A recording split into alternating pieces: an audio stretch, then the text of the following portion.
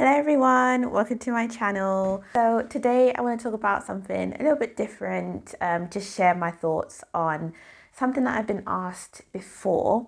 So I just wanted to give my experience as well as my input. If you are wondering about my hair today, I've got it in a half up, half down, and I've got my little ivory scrunchie. It's part of my collection, it's embroidered and it's super large, made for natural hair like ours. So if you are interested, you can find it in the description below. So as you may have noticed, I don't know if you've noticed this, but I definitely have, the fact that grease seems to be making a comeback in the natural hair community. So I think most of us growing up, whether we're in England or we're in the US or Canada, wherever we are, for most of us, grease was a part of our childhood hair routines. So for me personally, it was pink lotion and it was grease. It wasn't like blue magic or anything like that. It was usually like Indian hemp, if I remember what it was called, the one that has like all the bits in it and smells really, really good. I remember my mum using that on my hair every time she cornrowed it, every time she did it, like those products would come out. So I think we all grew accustomed to using those kind of things in our childhood. But fast forward to the natural hair community, and there's definitely been a demonization of the products that we used back in the day. So for example, I know that when I joined back in 2009, nobody was using grease. Everybody was moving away from it. There was all sorts of propaganda out there about how it was clogging our pores, how it was hindering hair growth, how it was basically toxic waste chemicals, and that's why we shouldn't use it. And as someone who never had longer hair growing up, it was very easy for me to fall in line with the hype and be like, yeah, that's why my hair was never long. That's one of the reasons why my hair was never long. Grease. and so I completely ran away from it like everybody else did, I think, at the time. So I go forward to now, I've been noticing that there's been quite a few videos made like in the last year or so talking about people going back to hair grease. Hair grease was never the devil, all this sort of thing. And so I just wanted to give my 2 cents really about the whole situation. So if you've watched my natural hair journey part 2 video, you'll know that there actually was sort of a portion of time in my hair journey when I did use grease. So it was a few years ago now, but I remember I got like Blue Magic, Indian hemp, and then another one as well. And now I think back to it, I'm like, why did you have 3 whole jars of grease? It's huge and it lasts like a year. Like there's really no need to do that. But I did, and I had a really good experience with grease. I'm not gonna lie. My hair was shinier than ever. It was definitely bouncier than ever. There is one thing though, I noticed that with grease, I couldn't be as heavy-handed as I was at the time with other products, right? Because it's so thick. So you'll just be left with a greasy patch everywhere you go. That was one thing I didn't like. Like anytime I leaned on something, I have a greasy patch, which I still have now, but it's a lot less shiny and angry as the greasy patch that I had when I was using grease. But it's probably because I was using too much. But I also got the most compliments. Like I distinctly remember a lady coming up to me in the supermarket and saying, "I'm so sorry, I need to stop you and just ask what you use in your hair. Your hair is beautiful." And I remember being like, it was only like 6 weeks into using grease, and I was like, it's grease. It's grease. Grease does make your hair look shiny, dark, and it does make your hair look quite healthy as well, what I found. So you're probably wondering then, like, if you had all this, this great experience with grease, why are you not using it now, right?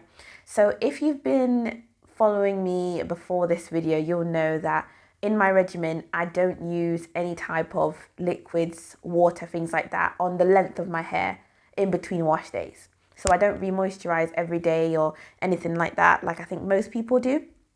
And that works actually quite well when you're using grease, right? Because you don't want to use something as heavy as grease and then be adding water and adding even more grease the next day, then adding water and adding even more grease. I maybe you do, I don't know, but for my hair, I know that would not work. It would just be like stiff, brittle, and none of the water that you put on would be going in for my hair anyway. But what I found was that when a wash day finally came around and I was washing my hair out, I wasn't really able to use any of the shampoos that I was used to.